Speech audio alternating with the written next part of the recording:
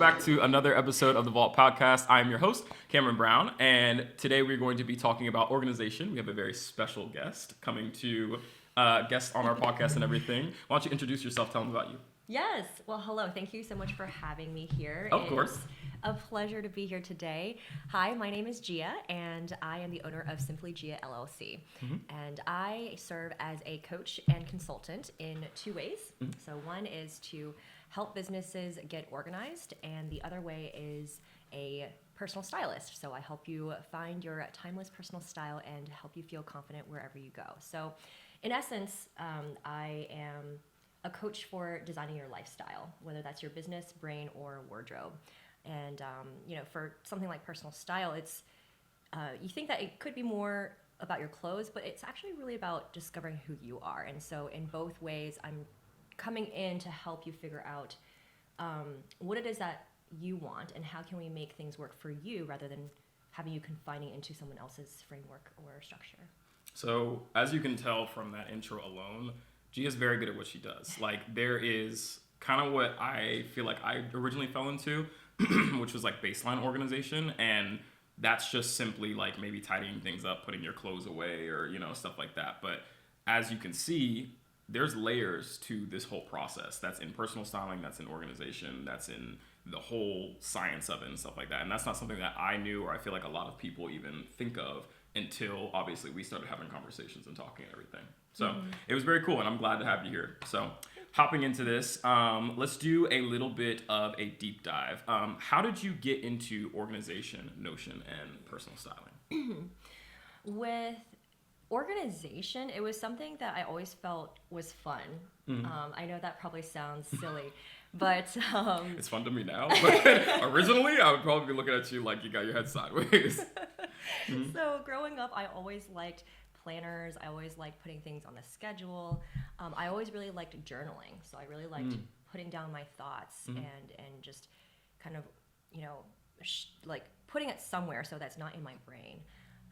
And so over time, I felt like whenever I was around people, especially with a lot of creators, a lot of people who have great ideas, my mind immediately goes and tries to take that information and figure out how to organize it in a way where we can make it all happen. So a lot of times, a lot of great ideas kind of just get put away into lost files. And I come in and I'm like, wait, but we want to make it happen. So how do we do that? And so that's, I feel like, the general idea of organization and how I think of it. With Notion, I always, again, was interested in organizing my thoughts. And so journaling was a great way to start. And then when I found Notion, I was actually really overwhelmed because it is so powerful and flexible. Oh, okay. Overwhelmed by the program. I thought you were saying like overwhelmed at that stage in your life. But you're saying overwhelmed by Notion in general. Okay. Yeah, I could see that for sure. It is a very, very expansive program. Yeah. So I've always been interested in productivity apps. And so I've tried a few different ones in the past. And when I found Notion, I knew that it was a new way of organizing, but because it was so new and I hadn't heard of something like it, I didn't really know where to start. Even though there were other tutorials and templates out there, I looked at that and I was like, I don't know if that's right for me. And so I had to actually sit with it for a little bit. I probably didn't touch it for the first month or two when I first started. And then as I was actually wedding planning during that time. Oh, wow. So planning my own wedding. Okay, yeah. Yeah, so I was planning my own wedding, and I was figuring out how do I put all this information somewhere where it's not disconnected. You have vendors to keep track of, you have visuals to keep track of, and so... Which planning your own wedding, like, it's... That in and of itself is like a whole nother feat. Usually people will hire organizational, like, wedding planners and event planners and stuff like that to do events as big as a wedding because... As the bride and the groom or the people getting married, you're already thinking of like a million different things, So the fact that you were already able to like handle that workload and then compartmentalize to like plan your own wedding is like, I don't, it's like giving me anxiety like thinking about it, It's a lot. And it's one of those things where you don't know what you don't know. And Seriously. So I was coming up on a lot of that. So, to be transparent, I actually didn't use Notion a lot for planning my wedding, but it was a resource I knew that could do something like that. I see. And then as I got more comfortable with it, I could see that it really is a reflection of your brain, depending on how you build it. And so now I use it to essentially organize my entire life, including other people's weddings. So. Yeah, that's crazy. Like I like what you said about the last part where Notion is a reflection of your brain once you kind of like wrap your head around it. Because I remember seeing Notion in general, like just the app, when you were first kind of introducing it and talking to me about it. And I had the same feeling that you felt. I felt overwhelmed looking at it because I was already trying to balance so many things in my business in a million other different apps. So like I use like Apple Reminders, I used Apple Notes. I think I still use Google Calendar and Gmail and stuff. Those are my two main workhorses for those particular tasks and everything. But like that's already four right there that I'm trying to balance my entire business through and everything. So for me, the thought of trying to take on another app was just like, brain freeze, you know? But then as I started to like get a little bit more familiar with it, and then as you just kept like just gently like sliding it in, you're like, I promise, it's very nice. You should check it out. Look at this feature. Look at blah, blah, blah. Like that's when I started, I think, seeing the potential of like, okay, this is an app, but really it's a life tool, you know? Like, and that to me was probably the most like transforming discovery about it. And now that it's utilized, it's like I don't really want to be without Notion. Like that's my main thing, and it's transferred to so many other things for organization in general in my life. So yeah, that's a good point that you made. So you gave us a little bit of an intro about Notion, organization, personal styling in general and stuff. Let's talk about how this shifted into like a professional setting for you and career and stuff. So where did you first start? Like, what were your first couple jobs, and what was it like to work in those jobs, and how did organization, Notion, all that stuff kind of like fit in there or have a background? I'm actually really excited to say that this year I'm celebrating a decade of experience in operations and project management. Very cool. Processes, workflows, things like that. Should have told me I brought the confetti for you. Oh, thanks. Yeah, I didn't realize it until I knew that this year's 2023, and that's a whole decade of from where I started. So yeah, that's exciting, man. Good work. Yeah, thank you. So that experience has been split between two different backgrounds. One in market research, and then one in my family business of imports and exports. Okay. So with my market research experience, I was in quantitative and qualitative data. I was doing data analysis to help other marketing firms build their strategies and messaging. So with the qualitative side, I got the experience of talking with clients and digging deep into those topic discussions. And I really enjoyed that aspect of really understanding the why and figuring out, the psychology behind why people do things for the market research that we were conducting. And then organization kind of just came naturally out of that role. So I was focused more on the technical skills for the market research, but what came more naturally was trying to figure out how can the company grow by creating better processes. So the company wanted to do great things, but in order to do that, I knew that we had to create better efficiencies and more streamlined processes and more transparency across teams and with our clients. Definitely. You're not alone in that. That's pretty much every company that wants to continue to grow. So yeah. And communication is one of the biggest things I've seen, regardless of any industry. And I feel like that's something that's overlooked. So that's something that I had always just been interested from the get-go, and thinking, why isn't anyone thinking about this? Yeah. So I almost obsessed over it. I was like, how can we make this better, I'm seeing a pattern of obsession coming in. Yeah. So in a sense, I had volunteered to take that on in my role. And I thought that was just something that I was supposed to do in my job. And then over time, I became director of that company, and it was a dominant part of my role. So rather than being a volunteer or like a more, side responsibility, it was the responsibility, like the main responsibility of that role. I see. So it wasn't even in your initial job description then? Not quite. Yeah. Okay. So there were some elements of organization that were required in order to be an effective project manager, Mm-hmm. like managing different timelines and deadlines, Mm-hmm. and being being versed in each of the project processes and being able to follow that process. Right. But I looked at it more from how do we better the team Mm-hmm. rather than just how do I better the project. Mm-hmm. So with that, I just I focused more on that. But the funny thing about that is I never saw it as a skill. So Yeah, I remember we talked about this when we were like doing a project and stuff like that. yeah. Mm. So I thought that this was, you know, like something like this was just a byproduct of growing in the company, of being Right. organized. Mm. And I had always chased a different type of path to growth, Mhm. of focusing more on technical skills. And I just, every time I tried that, it didn't feel natural. Mm-hmm. And I got a little frustrated. I was like, I'm not really good at anything. And Right. Wow. I was just moving through the organizational part because that's what I knew I could do, but I didn't incorporate that as like an actual skill set as me, you know. Yeah, I'm gonna pause you right there because I love what you just said, where you didn't consider it, and please like just lock your train of thought in your head real quick. But like, you didn't consider what you were initially good at or what like called to you a skill. I love that you said that because I feel like that is so many people who are out there with their own superpowers, basically. There's so many people who are good at so many different things. Me in particular, I'm good at taking photos and videos. I'm super creative. You in particular, you're great at doing organization, keeping everything structured, like all that. Like you are a beast at that.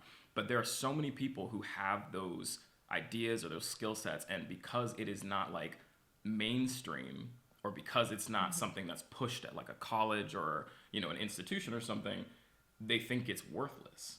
And that is basically like, it's part of why I do this podcast, or why I like try to push that agenda, is like self-discovery and learning that your skill sets, your passion, your stuff like that is valuable. Because now I'm sure now this Gia is a completely different opinion on that, you know? Whereas pre-Gia, beforehand, when we had our conversation, we were doing the Rising Sun project, which, by the way, that will be dropping soon. We just submitted it to a contest, so hopefully keep your fingers crossed for us. We don't know what the results are going to be, but we worked really hard on it, and we're very excited to bring it to you guys within the next couple weeks. But when we were doing the scouting for that project, I remember we were talking, like walking through the field, and you were telling me, you were like, you know, I never saw it as like something I could like potentially do or offer or like service someone with. Yeah. It's just like me, you know? And yeah, that to me, like that hit right here, definitely, because that was me as well when I was looking at physical therapy and stuff like that. You mentioned you took a different route or a different route going to trying to be a professional or trying to climb that ladder, and it just never felt right. It's not that physical therapy didn't feel right for me, but I know there's a lot of people who do the same thing, you know, where they're trying to do what they think is like, I should do this to, you know, make myself successful, but it doesn't feel right. And they're wondering why. That's why, you know? Right. So I love that. Thank you so much on that. Yeah, of course. And to touch on that, this was a revelation that I had recently, that I knew I always enjoyed helping other people execute their vision. And I had thought that meant that I would always be working for someone else or always working for a different company that's not my own. Wow. Yeah. And I thought, okay, great, I'll just be the behind the scenes operations, right, for someone else. And it didn't click until I had been working with more clients in my own business now, that's exactly what I'm doing. But I have my own business, you know, running it the way I want, and working with the people I want, and doing it in a way where it's not just for one particular vision, but I'm helping so many other creators get to that point of feeling alive and feeling like they can put their art out there without just sitting in this bubble thinking like they want to create but they can't because of XYZ. You know?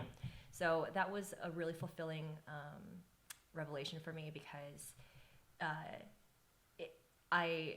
it just kind of all came full circle after years of exploring that self-discovery. Yeah, and that's like years is a long time to be feeling like what you like best or what you do or you know whatever it is just you know, like, and it's not something that can translate to a professional setting, you know. So yeah, I'm super happy for you, and you've made leaps and bounds in your progress in terms of, you know, starting from just being an Instagram account or like an idea to now being a full-fledged business with you just launched like a webinar and like you've got clients coming in. Like, it's been a complete 360 turnaround in a very, very, very short span of time. So kudos to you on that. You're rocking with that, man. Seriously. Thank you very much. Okay, so I'll touch quickly on the family business. Yeah, definitely. So that one is more about the imports and exports. So it's international shipping. And I had thought that coming into this new role, I would be doing something different and more about business strategy and taking on essentially my parents' role running the business. But at the same time, not at the same time, but, you know, still in this business, I really sat into that operations and logistics kind of role, kind of just naturally, because we were doing really well, but I knew that there were other things we could do to make it even better by connecting different threads of our suppliers and contractors and making the information more transparent, and being able to organize the shipment details more efficiently. And it's just funny because I thought that taking this shift into the family business meant that I would be doing something different, but essentially it is the same thing, just in a different capacity. So that's cool. That's kind of where I am with organization with the family business. Okay, touch on a little bit more on your family business. Do you mind if we discuss like the main service your family business provides? No, not at all. Yeah, we ship raw materials, logs and lumber overseas, and we also import flooring from Southeast Asia and most of China. And so what's cool about our product is that we are basically taking that log in a full circle, where we ship the raw logs overseas. They produce it, whether it's flooring or furniture, and then they will ship it back as the flooring product, and then we will distribute it back to our customers. Right. So I'm glad that you touched on that whole process and shined a little bit more light on that. You mentioned that like it's coming from Southeast Asia to here to then back to wherever, then to the client. Like, it's all over the place. It's not just like it's a little mom and pop shop here in, you know, our state, and you have customers that come in and then you deliver locally and stuff. Like, this is an international operation. Right. So what surprises me is like, before, like you said, you came in and you further optimized and you increased the organization and stuff like that. Like, I just wanted to touch on that because like I think it's crazy, like a business or an operation as big as like something like your family business still was running and like running efficiently. Obviously you guys were making profit, you guys were good, things were going up in the business, but there were holes in terms of your structure. There was, you know, places where things could be optimized where maybe it wasn't running as efficiently. And you would think that like a company as big and as successful as that would be lockstep on all their stuff, because I don't know, in my brain, I just think like, all right, like that's how they operate. Like, in order to be successful, they have to be that way. But it just goes to show it doesn't matter what size you are. It's anywhere. Like, it is literally anywhere in terms of like the need for organization or optimization in a structure, in a process, in day-to-day functions. So yeah, I just want to touch on that. I think that's cool. Yeah, thank you. Okay, so we talked about a little bit of job background and stuff like that. And I want to continue to piggyback off of what I just kind of brought up and what you were talking about with the family business in terms of organization is everywhere. So that being said, how important would you say these aspects of organization are to a business? And how often do you see room for improvement in other businesses or in people's lives? Because obviously you saw room for improvement in your own, and you were working at your market analysis job and everything at the other company, you saw room for improvement there. you saw room for improvement in me. Like, is this like an everyday thing that you see, or is it like just when you talk to certain people? Like, what's the deal on that? I'm so The excited. smile. The smile. I'm gonna slow-mo that, Danny. Put that in slow-mo on a reel, or just screenshot the smile right there. That's gonna be our thumbnail for the podcast. That was great. I'm so excited about this question because there are so many things I would love to touch on, and I'd love to just spend a few minutes talking about this one. Go for it, man. You have unlimited time. Okay, great. So to start, I'd love to share a quote from James Clear, who is the author of the book Atomic Habits. Ooh, love that. Yeah.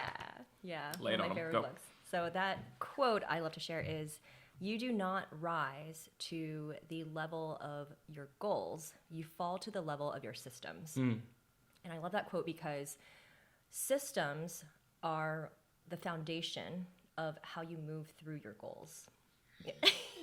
You hear that, Katie? Systems. She always makes fun of me because I'm always talking about, like, there's a system or there's a process to that. And she's like, you're literally a robot. And I'm like, no, that's how it works. I'm telling you. This one's for you, Katie. Yep, exactly. So keep going. Yeah, so with that said, organization in my mind is imperative if you want to show up professionally as a professional service, if you want to be seen as reliable to people that you're working with, and it's a way for you to show up with ease as well. So that's something I can touch on later. Big one. Yeah. So I'm actually going to start with in the creative space because I know that this podcast has a lot of people in that creative and entrepreneurial space. And so I've been in a lot of dance organizations and other types of organizations in the past. Right. And what I've seen is that those organizations who have leadership who are structured and organized are the ones who succeed the most because they are the ones who have clear visions for themselves and the team, and they are able to run rehearsals and shoots efficiently, and they can then give clear directions to their team so they can show up with essentially no questions asked, hopefully. And when you have a leadership that is not organized, then your team is going to be all over the place. And so your team is only going to be performing at the level that your leadership is. So that's my tidbit on more of the creative space. With the market research role, yes, there were a lot of things that we did to better organize so that we could have more standards in place and templates in place so that our projects were running more efficiently. And as a result, we're able to handle more client work. So in my time, I believe our team was at about 3 people, and we're managing maybe 3 to 4 projects. But as we continued working on our processes, we were able to handle double, triple that amount of projects. And I was also responsible for the training and hiring process for the company. And one of their goals was to grow the team. And because we had a foundation of all the training processes and onboarding process, we're able to get them up to speed and running and helping the team within a couple weeks. And during that time, we also hired a new HR specialist to help with the HR department because we were growing. And I was essentially the resident resource for the processes in the company. And so she and I connected so that she could run her HR department more efficient, more organized. And so, not just thinking about the operations, but thinking about protecting your company and making sure that you're taking care of your employees. That's really important. To my family and business, to kind of tie in the operations and the shipment logistics there, my family did a month-to-month comparison of the shipments that we were doing. So once I had streamlined our shipment processes, we had doubled our shipments in that 1 month compared to the previous month in that same month from the previous year. Boom. Yeah, that's absolutely huge. And I can literally align, it's almost like what we were talking about before we hopped on the podcast, where I was talking to you about how I took some time to like create a structure or like a process for my social media. Because before I was just kind of flying by the seat of my pants. I was literally just making it and then putting it on my phone or putting it on whatever computer and like just posting whenever I could. And that's extremely exhausting. Like that's literally giving me brain fart just thinking about it and everything.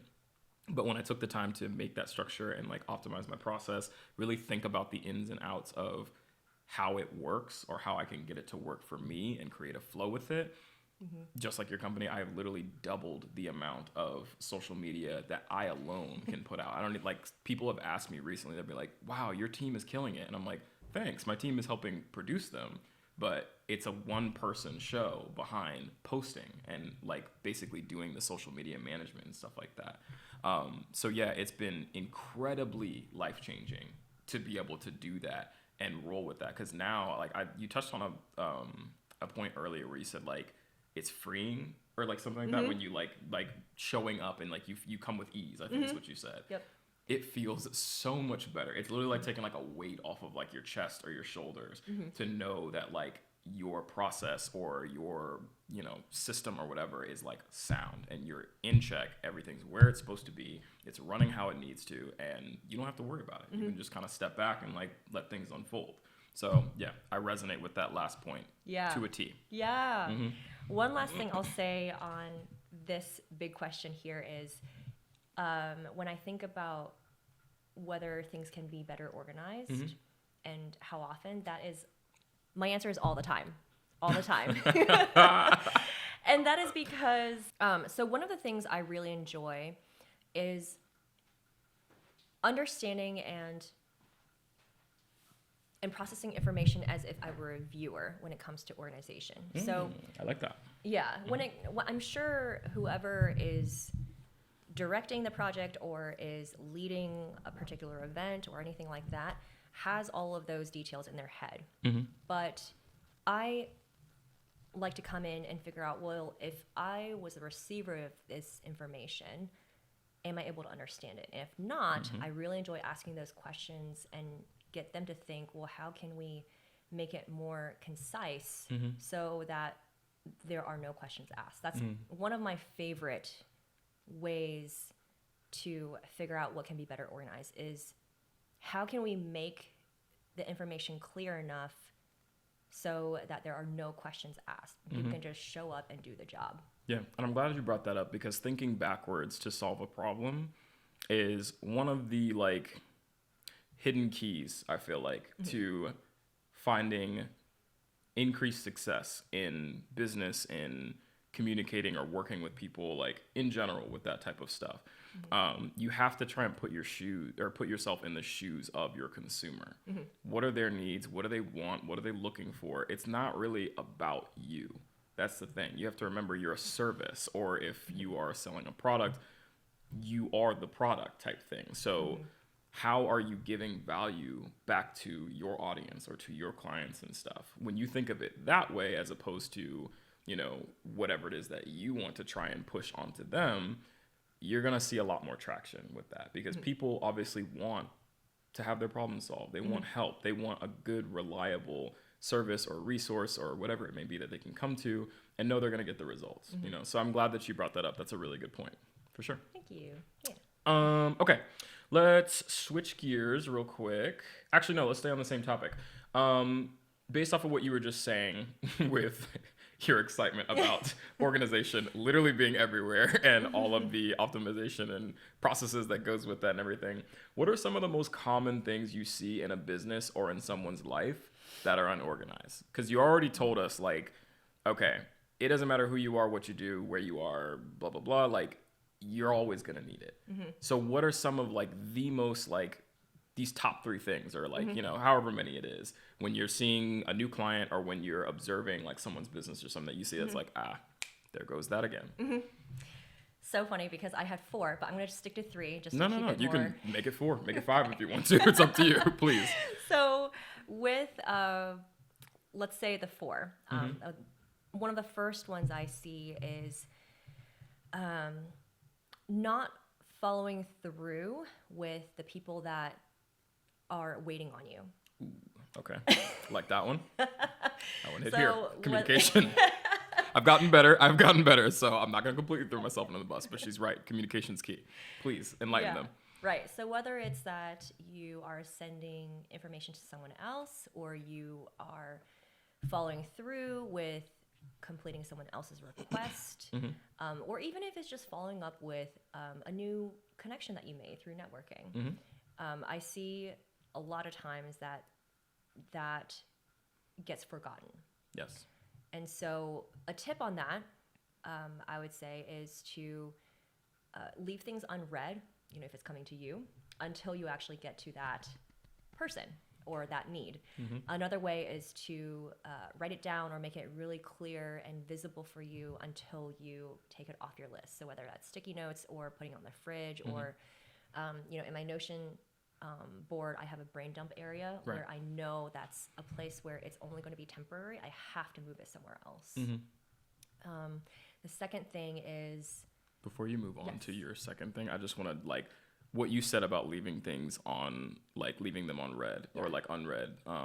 That is literally one of my favorite things, and it makes me feel good because I'm I garnered that tip on my own. That's something that I just kind of crafted to be okay, here's a way I can solve this on my own. So to hear Gia saying it knows that I'm on the right path. But another additive to this, and I don't know if it was you that I was discussing this with, or maybe my sister. It might have been Jen. I think it was Jen. But so Apple just released, and I know there's obviously a lot of viewers who have iPhones and Apple phones and stuff like that. They just released a new function in iMessage where you can swipe to the left and then you can mark a text message back to unread. Yes. Okay. I thought that was always there, and I just discovered on my own as I never knew I could do that because I don't optimize my phone at all. So is it a new feature? I think it's new because when I first kind of got on to leaving things on red was when my business started to pick up and I started getting more emails. So in Gmail, there's an unread function. You can mark it back to unread and just leave it in the inbox. And I love that function. And so I started looking for that in every other form of communication that I had. WhatsApp had it. Gmail had it. I think even some social networks like Instagram or the DMs and stuff, I think they had it. But the one that I remember did not have it, which was the most common one, was iMessage. And I was it was driving me nuts because I was trying to figure out how I could keep up with that, because sometimes text messages will auto read when you're in the car or whatever, and you're just kind of screwed, but they just, or at least I think they just recently added that function in. So pro tip for you guys out there, if you use the unread tip or if this is your first time hearing about it, take what Gia says, put it into practice, and watch it literally change your life overnight. No kidding. So yeah. Okay. Step 2. Love it. Yes. So step 2, or second common pitfall when it comes to organization that I see is not being able to locate your files, whether it's emails or your own folders. Wow, these are all causing physical reactions from me. Wow, I feel like she knows my brain. She's reading my brain. Keep going, please. Well, so with that, a tip that could be helpful to you and everyone here is if it's going to be sitting in your email and you know that you can find it there, what I like to do is forward it again to myself and then relabel the subject to something I know I can identify so that I can go back and search for that keyword. This is new. I like that. Very cool. So with that, you put, walk us through that process real quick. You hit a forward button from the client's email or whoever it is that you're communicating with. You then rename the subject, and then it re-pops back up in your email. Now, do you organize it further than that? Because I know sometimes you can do favorites, or you can whatever. Do you favorite that forward, or do you just keep it under maybe a search function in Gmail or whatever email you use? Yeah, it depends on what type of email it is, but most of the time I keep it in my general inbox. Okay. With Outlook, I know that when you create folders, the emails won't show up in your search function. So keep that in mind when you're using Outlook. In Gmail, you have labels, and if you keep it in your general inbox, or even if you keep it in those labeled folders, it'll still show up in your search function. But for me personally, that's an added step of moving it into another folder. And so I just like to keep the subject lines really easy to understand. And then if I need to search it up again, then I can find it really quickly. Well, when it comes to client work, yes, I'll label it and file it accordingly. Yeah, no, I agree with you on that. Like, one of the things that you're probably going to touch on, or that you may have touched on already, is like to make organization work and be good is like simplicity is definitely something that you want to have in there. You don't want to overload, or like I think it's very easy sometimes, like especially if you're first starting, to like make files upon files within files, and then and really like be like, I'm super organizing, but then like you'll quickly realize that like that can get a little messy, and it's weird. You're trying to be organized, but in hindsight, you're defeating your purpose. Exactly. So yeah, I agree with your point about just keeping it as simple as possible so that it's easy, accessible, and functional. Yeah. An example of that, to put it into tangible examples, is, if a photographer was sending me a photo and the subject is just labeled photo.jpg or whatever it is, then I can forward it to myself and say, this was from a portrait meet, of this month.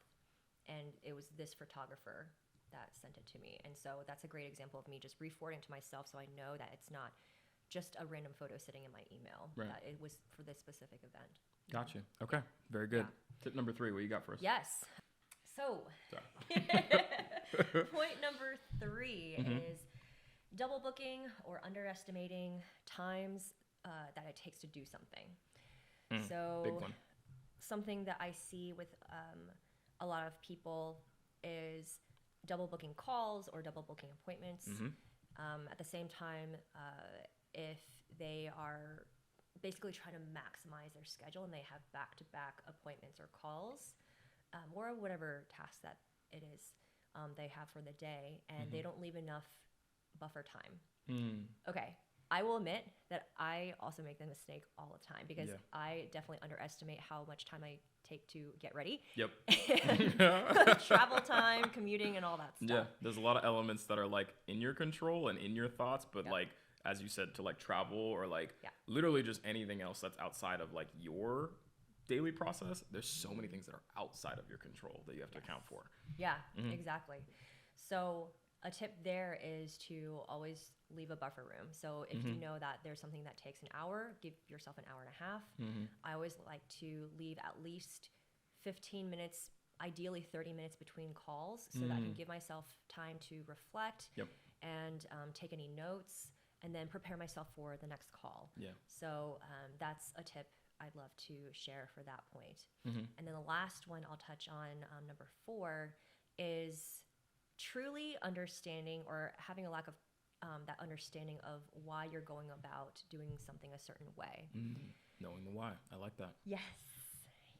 And so something I see from a lot of people is they could be going through their day or going through their business on autopilot, and they're not really understanding why. And so sometimes what happens is you just do it because you've been so used to it for so long. So I had spoken to a few peers about this recently on email campaigns, and they knew they wanted to have some kind of email campaign, an email sequence to nurture their audience. But as we were talking through it, we actually figured out that they were putting in more mental energy and more work than they really needed to do. And so we kind of had to take a step back and figure out, okay, what actually feels more natural to you, and what are you already doing that you can repurpose, or you can you do even less of, to make that email campaign sequence more enjoyable for you. Yeah, no, I really like these last 2 tips. Tip number 3, because it's one of the first things that I stumbled on when I started trying to, like, I guess just better myself as a professional in general. I remember when I started working, I had my company that I launched, and I worked for a photo studio in Bethesda, Maryland. And my mentor at the time, great guy, his name is Brian Blanken, takes amazing photos. Brian, if you're watching this, thank you for all your guidance and everything. You rock. Here's the thing. But the first thing that he taught me was like creating a buffer for your time and for your work. So Brian doesn't mess around when it comes to shoots and stuff. Like, that's the bread and butter. he likes to show up, be professional, get the job done, and then go home. And so one of his first iterations was like, when you see a shoot time on the SOE that we send you, we want you to arrive by the arrival time. And the arrival time was maybe like sometimes an hour or like an hour and a half ahead of time. And people would sometimes bellyache about that because they'd be upset, or it's like, oh, this is so early. Like, you know, shoots at 7 a.m. so we'd have to be here at 5:30 a.m. Like, I don't even understand. It's cold, blah, blah, blah, like all this stuff. But there's a method to the madness in that. And the reason being is you have to account for all elements. Think about traffic. Think about setup time. Think about the client. What if they're late and they're not able to let you into the building so that you can do your setup ahead of time? Like, think about your own professionalism and your like appearance as a business or as a professional and stuff like that. Like, showing up early is always a good trait to have, you know, and to make yourself appear and feel more relaxed, more professional, more ahead of the game, and just on top of your stuff. So yeah, number 3 was definitely one of my biggest ones that once I started implementing that into my day-to-day schedule, into my teamwork with my team and everything like that, like it was like night and day in terms of what it changed. And then number 4, what was number 4? Sorry, I was engrossed in that. No, it's okay. Actually, before we get to that, I just wanted to touch on the number 3 and appreciating your perspective on that, because we've been working together on different projects, and every time we're doing something branding on my end, I really appreciate how you do show up and you're just ready to go. Thank you. I appreciate that. I really like that. And so I can just show up and know that we can get right into whatever it is we're working on that day without any of that, what do you call it? Like that. Like overlap or like potential, like, just potential, we'll say, for lack of a better word, like just not so great energy that comes with exactly. that stuff. Yeah, right, like the lull. Like a lull, because yeah. and it's something that we really like. We, as in myself and my team, really try to like implement and pride ourselves with all of our clients and everything. It goes both ways, like showing up and being early and on time and like just being professional, having it ready to go. Like, it speaks to your client that, number one, you care about them, you're invested in their work and in what they're hiring you to do. So like that makes them feel good. And that's one of our main things when we're working with people, is we want you to feel good about working with us. The other thing is that it helps, like touching back on what you said earlier, it helps create ease for both our team and for your team, you know, because our team's going to be stressed if we're late trying to set up tripods and cameras and lights and stuff like that, knowing that our start time is in 10 minutes, you know? And you're going to be stressed if you're watching us try and set up tripods and lights and all that stuff, knowing that you've got to get going by, you know, the next 10 minutes, or else the meeting or, you know, whatever you've got scheduled after this might have to get rescheduled or might have to get pushed back. Like, it's just a good thing all around to be respectful of everyone's time and to be the best reflection of yourself, you know? Yeah. So, yeah. And then for the 4th point, it was understanding why you're doing certain things. Yes, that's a big one. And that's something that I always try to share with friends, family, all that stuff, is like, your why behind what you do is so important. That's literally like, it's like a lifeblood almost, you know, like to like doing what you do and how you pursue it and everything. Because if you're just mindlessly doing something, going back to like what you said earlier, where you were like, I tried doing different things to like progress professionally, but it never felt right. It's because part of the reason was there was no why behind it. You didn't really know why you were doing those things. You were just like, this is what everyone tells me to do, so I'm just doing it, you know?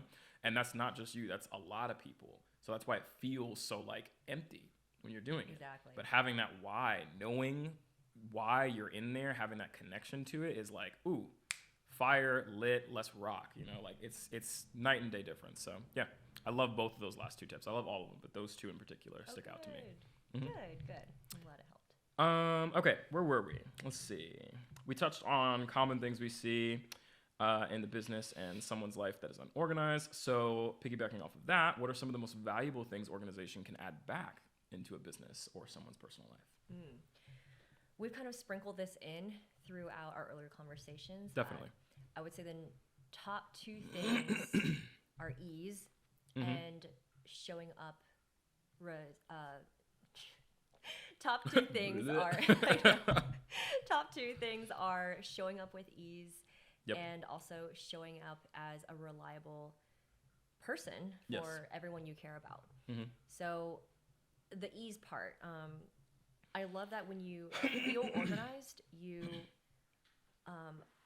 are less anxious and overwhelmed Yeah. when you're going through whatever it is you're doing. So I'm working with a client who has ADHD, and she had recently been diagnosed and was trying to figure out a system that works for her. Yeah, wow. And we kind of just met at the right time where she was in the middle of that, and I introduced Notion to her. Mm-hmm. So we created a customized Notion dashboard for her, and now that she has it and uses it, she feels way less overwhelmed about everything she has to do, and she knows that she can always refer back to her Notion for her appointments and scheduling and the tasks that feel really big and really intimidating are now a lot more achievable to her. Very good. I love to hear that. That's Yeah. awesome. Yeah. Okay. This one is a little off script, so Mm-hmm. if you don't have an answer prepared for it, totally cool, not a big deal. Mm-hmm. But obviously, we know that you do a lot of work in Notion, right?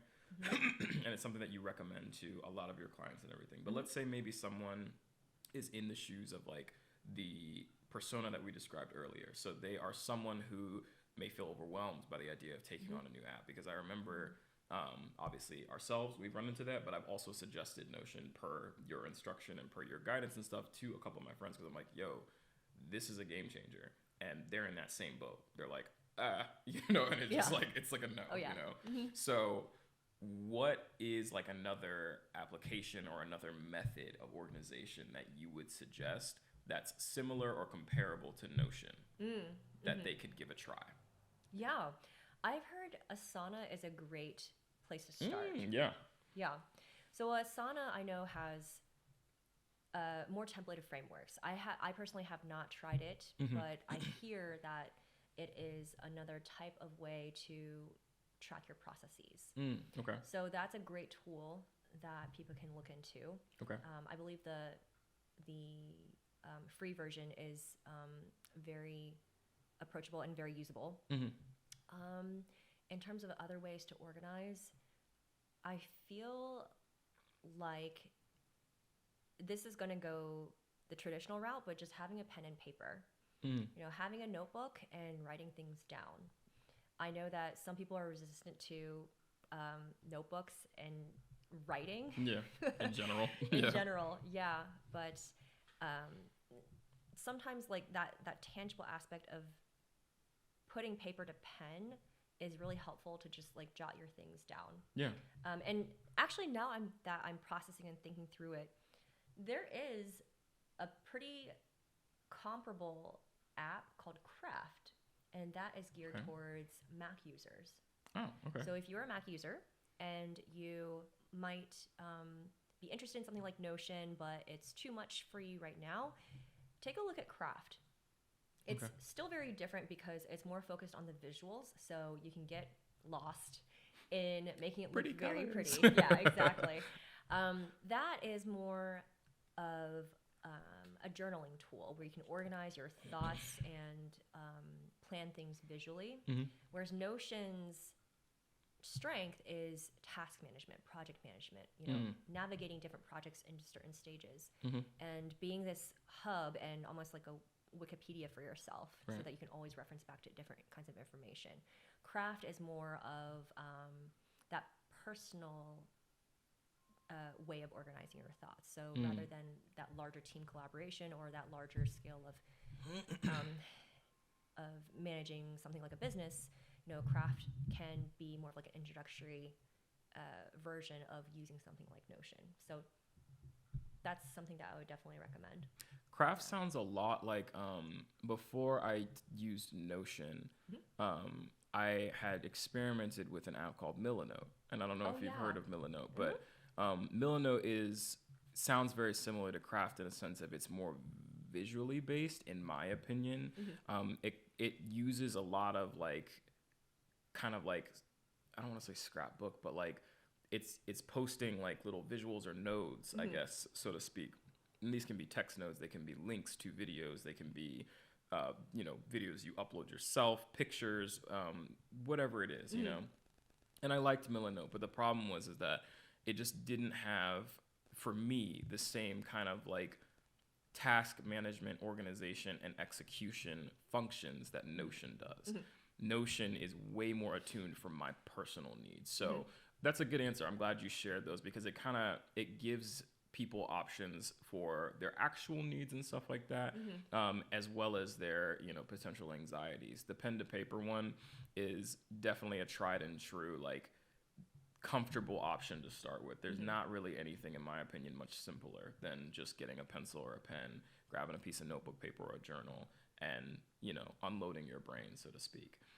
Katie actually just recently got a journal that she's tracking her things in and stuff like that she's utilizing, because for her, she's like, the technology is just a lot sometimes, Yes. like it's just, I've already got emails and social media and all that stuff popping up on there, so it's hard for me to like kind of section myself off and like really like go to like a safe space or just go to like a focusing space, that I need to be in for when I'm accessing the things in my journal. So there's nothing wrong with pen and paper either, Yeah, and I still today will often use traditional pen and paper and make lists. I love making lists. And there are times when I don't want to go into Notion and potentially be distracted by other things like emails or other notifications. And so sometimes I'll just use a notebook and write down every single thing I need to do that's been on my mind. And I'll have that sitting on my desk for the week. And then I can just slowly check things off. Nice. And that's that offline safe space that I can go to where I can just dedicate that brain for that week to those few pages. And then when I'm ready to come back, then I know that Notion's there for me again. Yeah, no, that makes perfect sense. There's even science and studies behind actually physically writing something is going to help you like commit to memory, improve your thought process and downloading and everything, all that stuff. Like there's lots of benefits to, I feel like, all the different methods and mediums and stuff. So I guess what we're trying to say is figure out which one works best for you, like find whatever it is that's your, mix. So whether it's, Notion, whether it's, I think you said it wasn't Canva, it was Asana. There's Asana. And then Craft, there we go. Try Craft, Asana, Notion, Milanote. Try pen and paper, try bullet journaling, whatever it is, like just experiment, and see what feels good. Because ultimately that's the thing that's going to allow you to keep using it is like if it feels good, if it's simple, if it just flows with you, you're more likely to stick to it and reap the benefits. Yep. Duncan, if you're watching this, dude, your coffee is currently what powers our podcast guests and myself. So if you would like to throw us a little something, like I might take you some pictures, make a visual, we could like, Okay, anyways. I saw the new Hyatt photos. Those look good. Oh, for the company Sestra. Yeah, they were awesome. Thank you so much. Yeah. That was like my first time. We obviously have invested in our little studio space and everything. We've got lots of new equipment that we'll be coming out with brand new content with, so super excited to do that. One of those lanes is product photography and videography and everything. So the Sestra shoot was kind of like a taste of like that type of work. That was my first time doing that type of work. And I was pretty pleased. I thought it came out very well. But now I was like, once you get a taste, I was like, I'm hooked, because I see that type of stuff with like everything. Like I see Dunkin' Donuts visuals when I look at like a cup, or like if I'm looking at these microphones, or I don't know, like Low and Sons bags. Yeah, Low and Sons bags for, an example, hint, hint, wink, wink. I see that stuff and it's like, you want to make it, you know? So we've invested in a lot of equipment and stuff. We'll be pumping out lots of visuals and fun projects with that. Fun. But yeah, Dunkin' Donuts gift card, Low and Sons gift card, anything, please. We'll take it. Okay, cool. Jumping back into our subject matter. This one I remember when we were doing our meeting was one that you were like, I want to add this one in. So I know that this is going to be a juicy topic to discuss. Talk about highlighting like mistakes or flaws when it comes to your personal organization or just organization in general. What do they mean? How should people feel about them? And how do we address them? Well, two things on that. First one is I've definitely learned the hard way that being organized doesn't mean it has to be perfect. So for a long time, I thought that if I was creating a system, that it has to be the perfect template right from the get-go. You know, everything was in its place as soon as I was figuring it out. And the problem with that is that you probably don't have all the information you need right away. Yeah. And when you get so focused and in the zone of just making it perfect from the start, then it goes back to what you mentioned earlier about emails or folders. When you're trying to make all these subfolders and then all these special links or special labels, it ends up being more work on the back end. Yeah. And so then sometimes that means you have to go back and do even more work. So Definitely been there. I've learned to just let it be messy for a little bit. And I like to compare that to writing, where writing is rewriting in a sense. Yeah. So let it be a first draft and figure out what works for you. And then take the things that actually work and then use that into your next draft. I'll say, you know, my email is not the most organized, but it works for me. And so that's the key, is finding what works for you and then going with that. Being organized doesn't mean like everything is in its own place all the time. It's just whether or not you can locate it, whether or not you can be punctual with your action items, and whether or not you can personally find it. Yeah. And that can be completely different for someone else. So someone else can come into my folder system and they probably have no idea how I've organized anything, but you know. And the second one is kind of a follow-up to that is things can change. Just because you have created a system, it doesn't mean that you have to stick to that forever.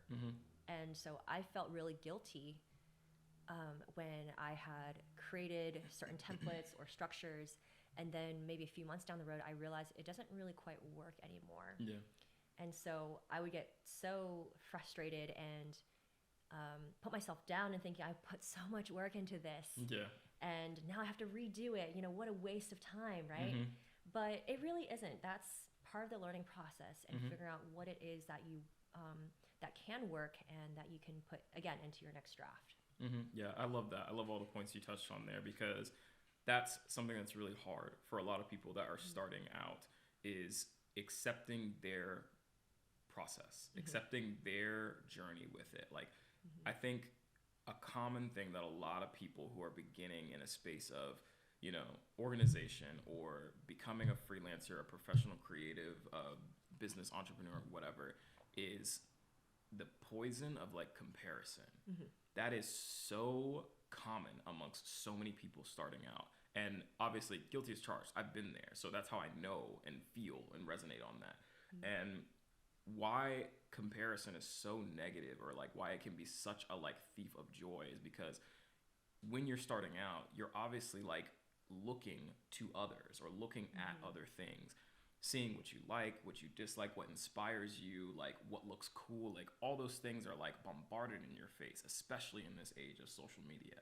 And so what that creates is you will like beat yourself up, or you'll tear yourself down because you don't match exactly what this company's doing, or my photos don't look like this 1 million follower Instagram photographer or something like that. And you're so hard on yourself for reasons that just aren't even necessary, you know? And so relating that to what you were touching on with organization, I think that some people get so in their heads about trying to be organized, because there's like, and I'm sure you can agree, there's like this like template, I guess, or like this like predisposed idea of like what organized is supposed to be or what that looks like.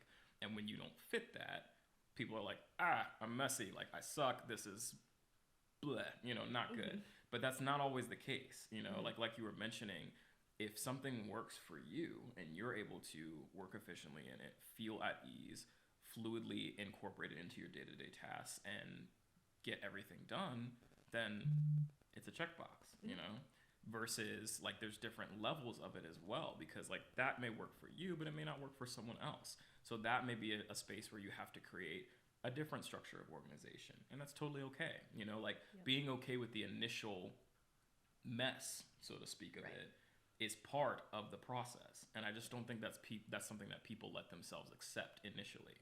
But I'm glad that you brought it up because it's necessary to progress, you know? So Exactly. yeah, huge points, Gia. Huge points. Anything else on that?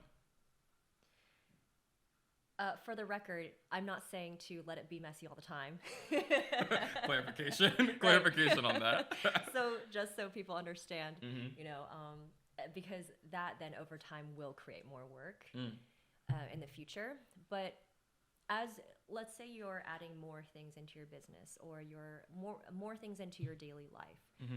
I'm at that stage right now where I'm adding a lot of new things and I'm not sure how to incorporate it into my weekly schedule. Mm-hmm. And so I have to just accept the fact that I need to process that information and let it sit on my desk, on my desktop screen, Right. and then I'll figure it out. And then once I figure it out, then I can create the structure so that I can move more fluidly in those new structures. Yeah, no, that's a good point. I'm glad you brought up the clarification. Maybe when I was speaking, it seemed like leaving it messy is your organization. Oh, no. No. That's not what we meant by that. I think part of the initial steps to organizing is just taking a second to look at everything you've got and accepting, like, if it looks messy or if it feels messy at first, that's part of that process. Yeah. You know, from there you can build forward in terms of, okay, I see over here, I run into this problem a lot. Maybe I tackle here first. Mm-hmm. Or this works out over here for me, but on this end of things, it's not quite as smooth. So I'll move this way, leave that as it is, and then continue to work forward on that type of thing. So yeah, Definitely. good point. I love that.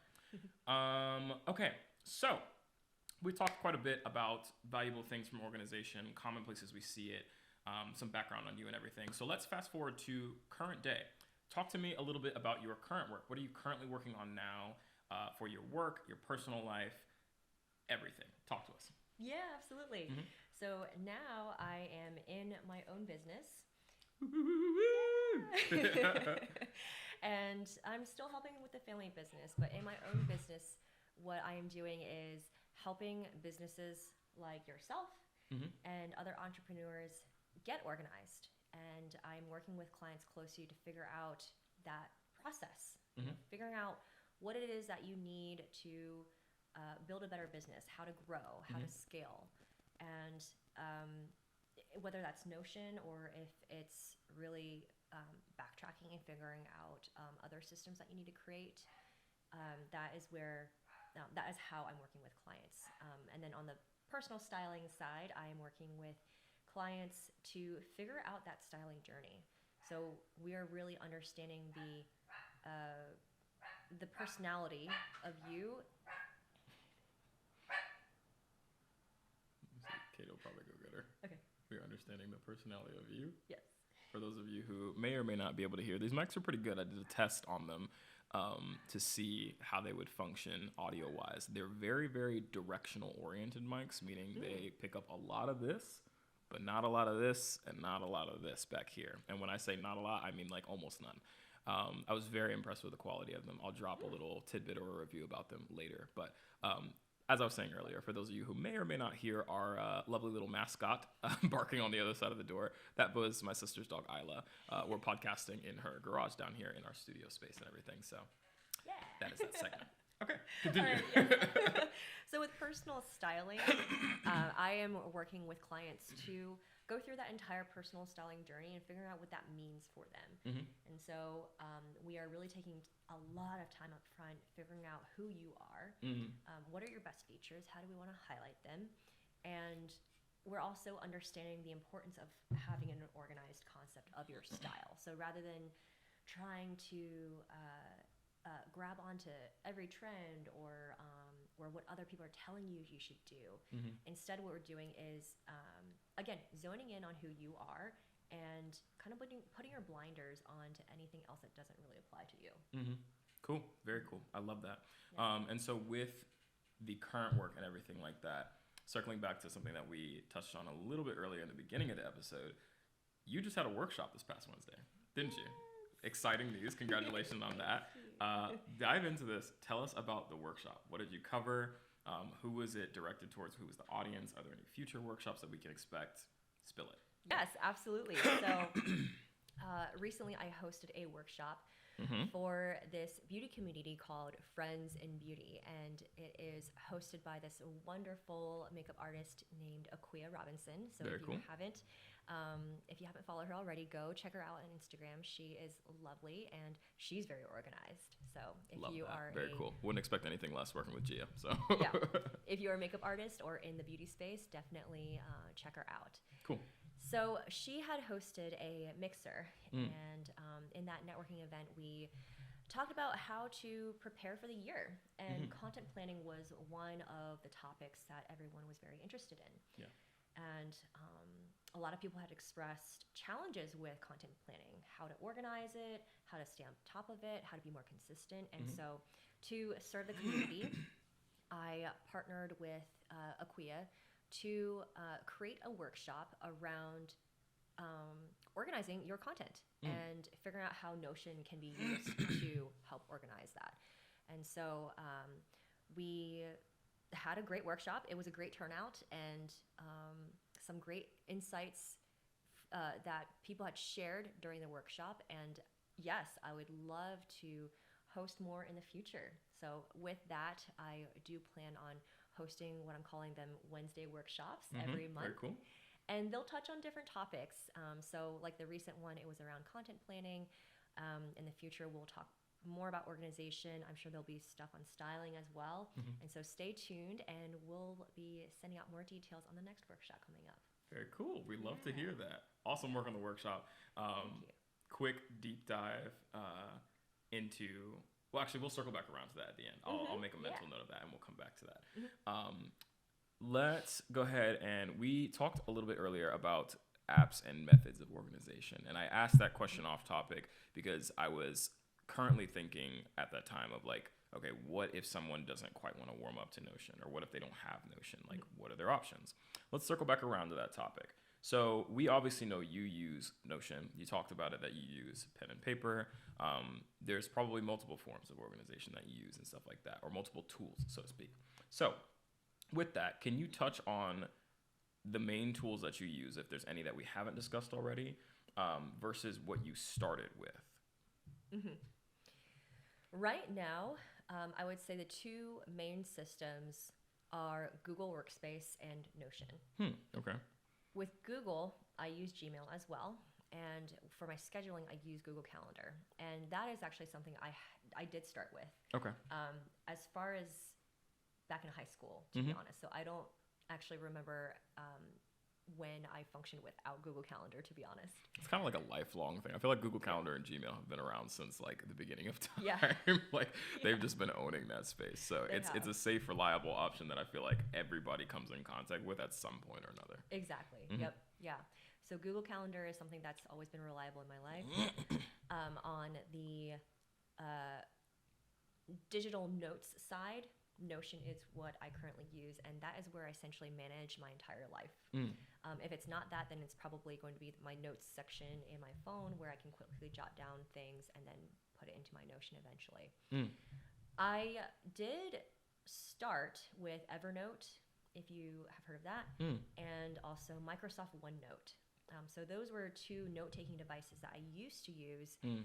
And over time, I felt like I needed something that allowed me more visual creativity while also incorporating text. Yeah, because Evernote is like, I've had like a free trial of Evernote, Okay. and Evernote's not bad. I liked Evernote for what it was and what it offered and everything. But I feel like pre-Notion or pre-Milanote, because those are the two ones that I've worked with. Yeah. The image and like media side of incorporating into like digital note taking always felt like a bit clunky to me. Was that just me, or was that something that you noticed as well? I felt that too. And it was also a matter of the file organization. Yeah. I really love how with Notion you can have essentially unlimited nesting of your pages if you wanted to. Yeah. With Evernote, it was one-dimensional where you can just file into one folder and then that's about it. Gotcha. Yeah. Okay. So, but to more importantly, with Notion, it felt like it was what I wanted out of something like Pinterest, but then I could also annotate on my photos or my images. Okay. So with something like Pinterest, I use that too for visual organization, but I always felt like there was something missing, and that was taking notes on the photos that I had posted, why it was there, why it was structured this way. And so Notion kind of combines the two of the text and the image side, and then you're not confined into a particular format. You can move everything. It's very modular, so you can move everything to how it fits your way of thinking. Right. And so that's why I have stayed with Notion for this long now. Gotcha. Okay, so you touched on using Evernote and OneNote. Were you using those applications at the same time, or would one come before the other? Like, what was that looking like? It was, I would say, it came in phases. Okay. There were times when I was using OneNote mostly for work, and then for Evernote it was more for my personal notes. But there was no rhyme or reason to why I used one over the other over time. I think it was just whatever felt convenient, and I know that's not a great answer because that's essentially what you don't want to do. You know, you're just putting notes somewhere wherever you feel like it, right? Yeah. And so it just depended on, I guess, my life phase at that point. Okay. Yeah. Understandable. That's I mean, like, I don't think there's a right or wrong answer in that. I feel like a lot of people fall into the same, like, thing, you know, where it's like you're just trying to find what works, you know? So that's part of why I asked you about what you use then versus what you use now, is just to find the insight on the tools and like all that stuff. And I guess kind of flowing into the next question, we made a note here. Tell us a little bit about your approach to process for organization. And you touched earlier on like finding the why. How do you find your why? And how would you suggest other people find their why?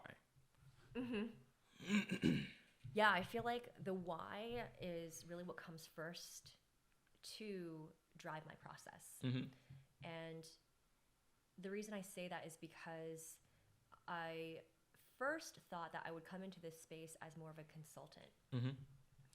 As a consultant, you can come in and it's essentially a done-for-you service where you tell your clients the best practices and create that system for them that they can follow. But then once I started working with more clients, I saw myself more as a coach, which is a little bit different. Right.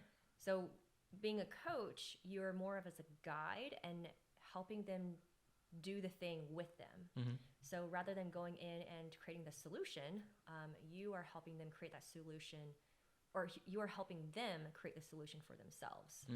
Okay. And so that was my process, just working with clients and figuring out what was the underlying reason for why they wanted to get organized. An example would be that with one of my clients, he wanted a way to create a system to organize his meal planning. Okay. But as we talked, the more clear it was that it actually came down to about self-care. Right. So we were talking about why he was doing things a certain way with his meal planning, why it felt like it was more work than necessary. And eventually we got to understanding that it was more of this long-term practice or lack of practice of self-care. It took a while to get there. And that is what I really enjoy, is that a lot of times I see clients or just people in general coming in and maybe just finding a solution, hoping that it'll be their quick fix. Yeah. But oftentimes we don't create that space or time to really self-reflect and talk it out with someone. And so I really enjoy helping people to better understand that why for themselves. Yeah, I'm glad, like, in that last part you said that people come in and they're looking for like a quick fix. But a lot of times it's not always like a quick fix. There's options for things that you can do to give you momentary success or momentary fixes for things, kind of like putting a Band-Aid over it. Exactly. But a lot of times, like, at least the topics that I tackle and that I discuss when it comes to, you know, furthering yourself as an entrepreneur, a professional, a creative, you know, whatever it may be, those are all long game topics, you know?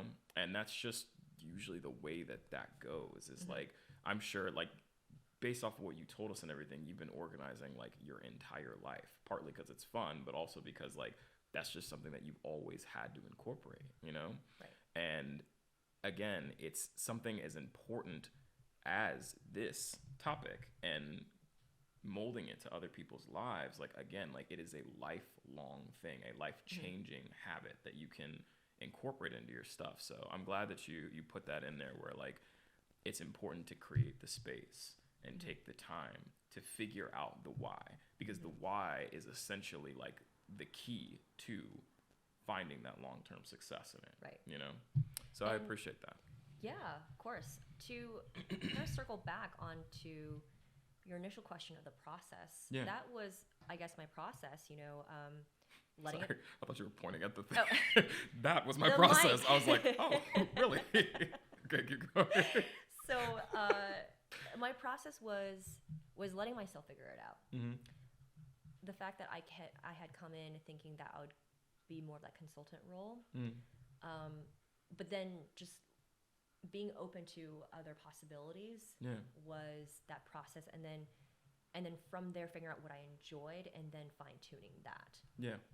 So you know, like receiving and being open to all the possibilities, and then once you have absorbed it and identified what you actually enjoy, and then kind of doubling down on those things, that's kind of like my process. I like that. Yeah. I like that a lot, and I can actually definitely vouch for you in that, because when we first did our initial onboarding process for creating My Notion and structuring that, you took the same approach with figuring out like, okay, Cam, so like obviously you have these problems and these pain points. Talk to me a little bit outside of these. Why do you do what you do? Why do you like doing what you do? Where do you feel like you can't do what you do for the people you want to do it for? Like, there was so much more that was involved in your approach to creating My Notion dashboard and just helping me get better organized overall, that it solved the initial problem, obviously. But like I always talk about, like I've carried that beyond, you know, just the Notion dashboard, and been able to incorporate that into everyday life and how I like think about my problems, my processes, my daily habits, all that stuff. So it was life-changing. I really do appreciate you for that. Seriously. I'm so glad. Yeah, Thank you. Definitely. Okay, let's see. We've covered a lot. We are at the end of our little note-taking list and everything that we had for this. So let's dive into our last topic. Are there any tips or advice that you have for someone who's trying to get more organized or trying to get into this space? Because as we know, it can be hard, especially if you're not someone who's immediately like has an affinity towards it. So is there anything that you want to drop for people to like give a try or like have as a starting point for trying to get into this space? This can go into tips and tricks, but I also wanted to touch on that question earlier about equipment and tools. Okay. I do want to shed light on the fact that some people might misconstrue the concept of organization in thinking that that means bringing in automation and tech to be your solutions. So I personally am not versed in all the automation and tech tools that are out there that are makes available. two of us. Yeah. What I really enjoy is figuring out what it is that you actually need, and then asking yourself the right questions to figure out what that tool actually is and figuring out why you're using it. The reason I say that is because sometimes when I talk to people and I mention organization, they're like, oh, great, you're really tech savvy. Yeah. And I am probably the furthest from being tech savvy in this space. Oh, we love automatic labels. That struck right here for me. Not going to get into that. Going to let you finish. Keep going. Right, yeah. So rather than thinking about it as these tools and these resources to be that quick fix or that band-aid Mm-hmm. to say, okay, great, now that I have that system, I'm organized, right? Mm-hmm. It's not really about that. It is really uncovering the root cause of why you want to be organized. Mm-hmm. What are the new things you're looking for to create those better systems? Mm-hmm. And sometimes that means that you're using something you already have, Mm-hmm. or that you could be looking at something like Notion and it might not even be the right thing for you. Like Right. we touched on before, you know, people might look at Notion and be overwhelmed. Yeah. Try something different. And I want people to understand that rather than thinking about and putting and fixating on the fact that there are so many of these different resources you can integrate and incorporate into your business or your daily life, think about going inward, and figuring out, okay, what's not working, what is working, and then how do we move forward in a way that feels more natural. Right. I like that. I Yeah. like that answer a lot. Yeah. So taking everything that you just said there, that was for like feeding in our previous question. Did you Yes. want to touch any more on like the tips and advice and stuff like that? Because that's Yes. a great segue into that. Are there action items that you can Yes. give them? Is there a specific mindset that you suggest trying, or a couple different mindsets that you think people could go into? Resources, maybe books, social media, anything. Absolutely. So I have some examples for every one of them. So Perfect. here's Perfect. the download. I was about to say, this is it. This is the highlight of the podcast right here Yes. for you. If you need to walk away with anything, this is it. Lay it on them, Jia. Great. In terms of small, quick action items or tips, there is this resource called the Life Hack Method. So search that. It is owned by Carrie and Demir Bentley. Okay. And there are two key things that I learned from them in, I believe, this free workshop. So go ahead and check out their website. One of the things was planning your week on the Friday or the weekend before the new week. And the second one is to use the 1-4-5 method. So I'll expand on those two 1, things. 4, 5. Okay, interesting. You got my attention. Okay. So the first one is planning on the Friday or the weekend before your week. Okay. I used to plan my weeks on Mondays, as I'm sure a lot of people do, or whatever day starts your week. Some people maybe have Tuesdays that start their week or Wednesdays. So essentially that Monday is lost now, and you're really starting your week on the Tuesday because you spent all that time organizing. That's a good point. Now I start organizing on the Friday if I have time, or if not, then I take maybe an hour on my weekend and then plan for the next week. So then I am feeling refreshed and ready to go on my Monday morning, and I can dive right into my work. And that has really changed the way I show up mentally, energetically in my weeks.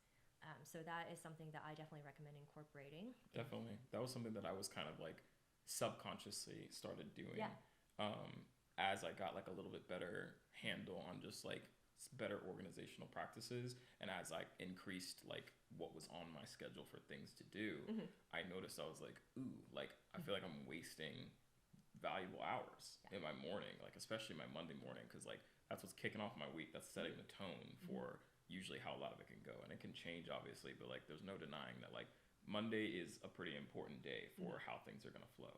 So when I felt like I was wasting time, it immediately made me feel like I was behind. Exactly. Which nobody wants to feel like that, you Right. know?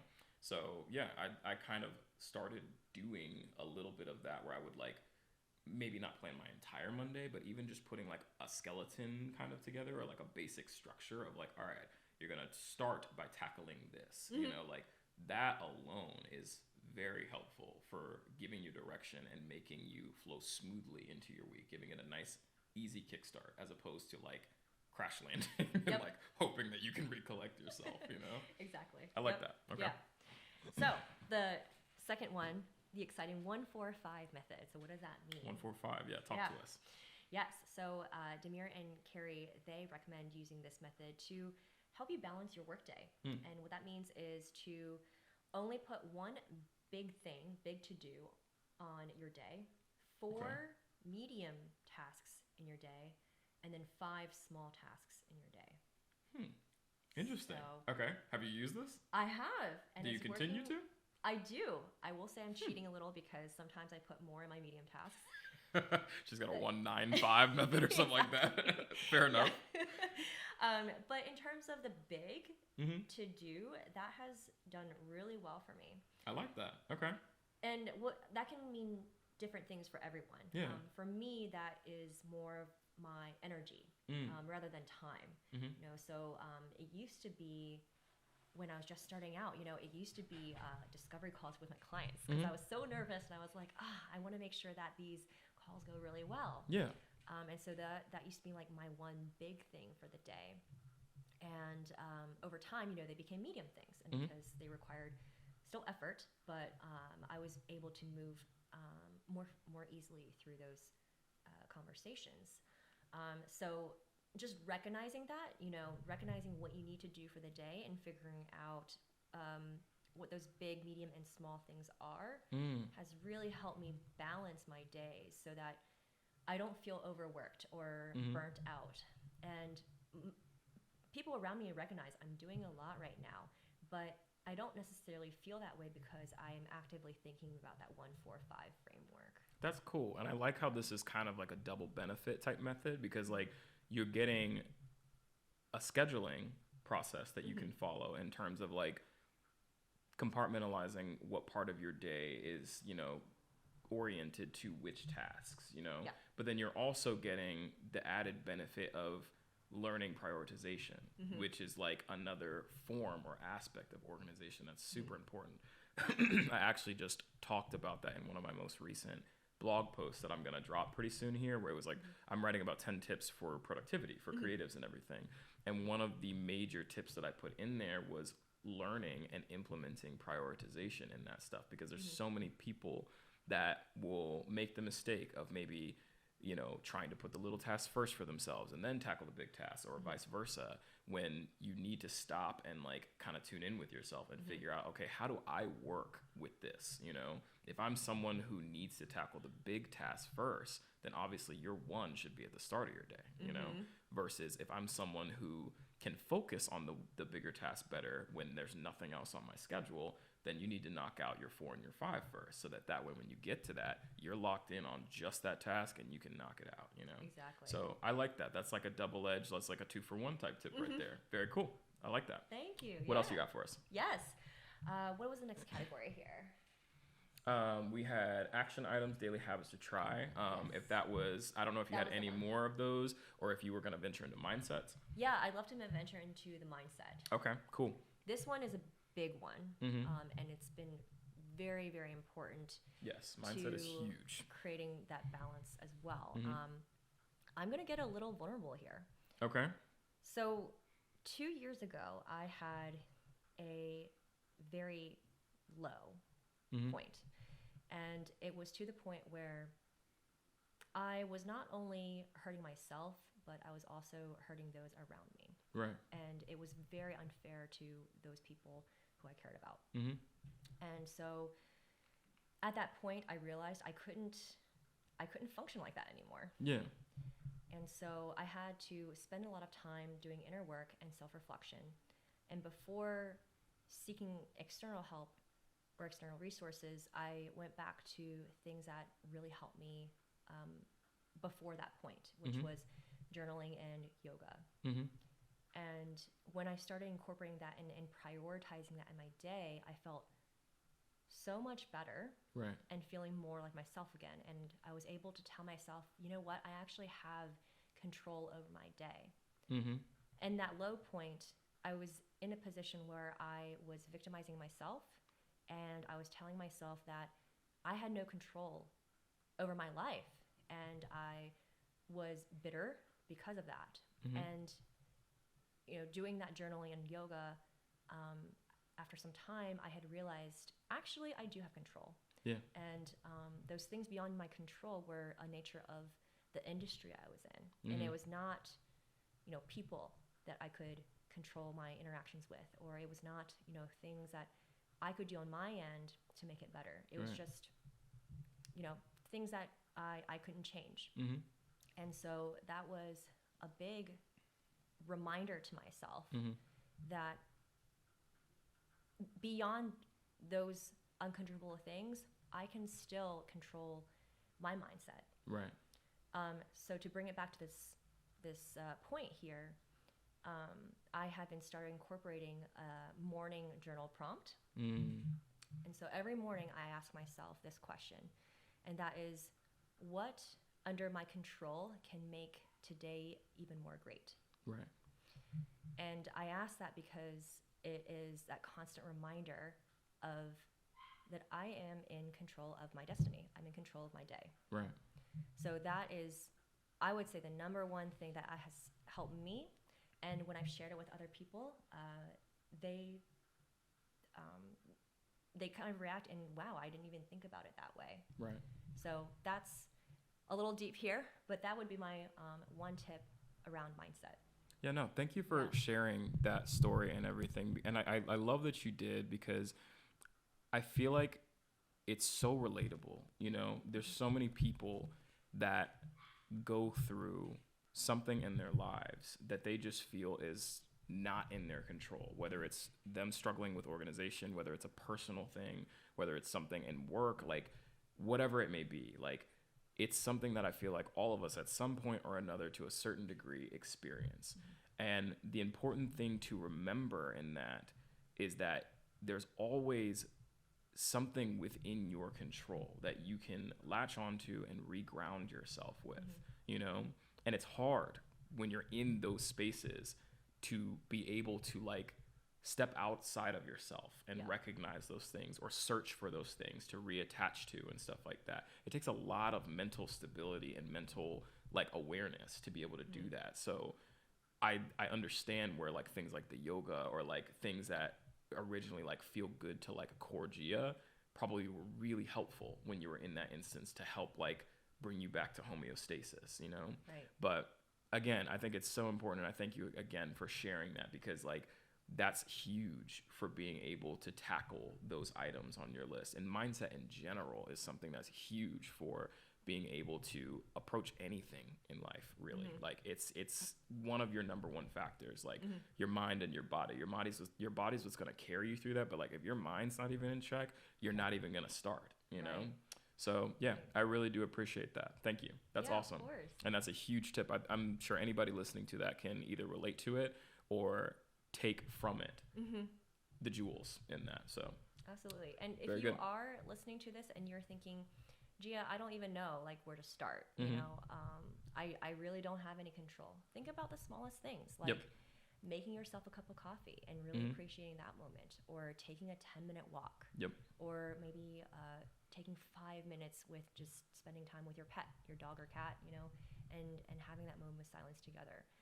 Those small things will really add up. And if you do it every day, you're going to feel a difference. Yeah, definitely.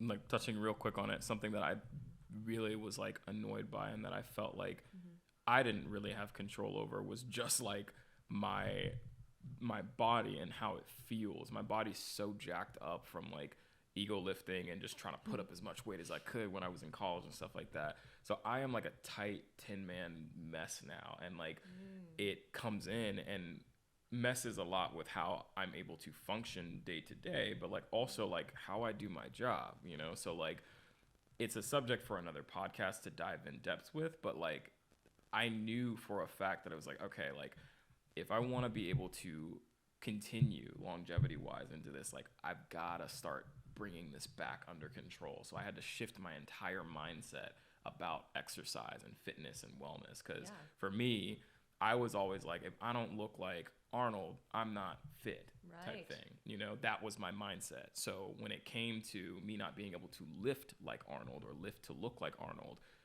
it was like pretty ground shaking, you know? Like I really was like, yo, like I'm not in shape. I'm not fit. Like I was self-deprecating all this stuff, you know? And other people were looking at me, they're like, you look okay to me, you know, like type thing. So yeah, it was definitely something that I had to make a shift on, even in that. Like it can really apply to anything, you know? Yeah, big points, big points. Take away lots of jewels from that, because there are plenty of things. We might have another episode or another something on that, because that's a whole nother something to dive into. Definitely, yeah. Okay, what about resources, books, Yes. websites, whatever? Yeah, definitely.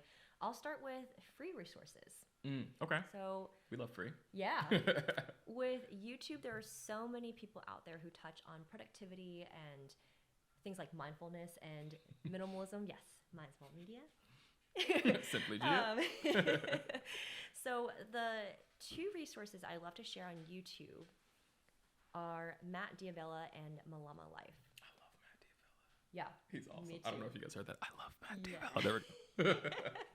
So if you don't know already, Matt Diavella does a lot of videos on minimalism, on self work, self-improvement, and they're just great videos. Yes.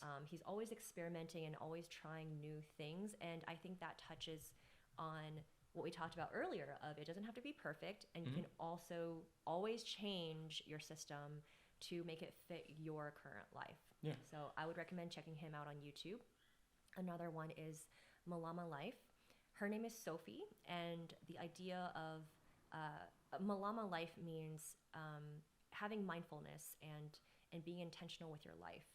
I'm not doing it justice, so please check her page and read about how she describes that.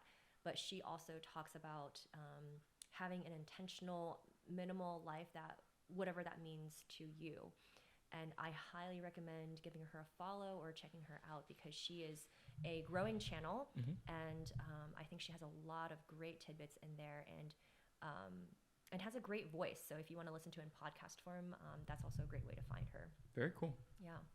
In terms of resources, I had mentioned Atomic Habits, and I would say that is my one book that I highly recommend. So if you want to take anything out of this podcast, it would be to look into the book Atomic Habits by James Clear. It's literally next on my reading list. I put it on one of my recent TikToks for like things that 3 books that were like life-changing to me.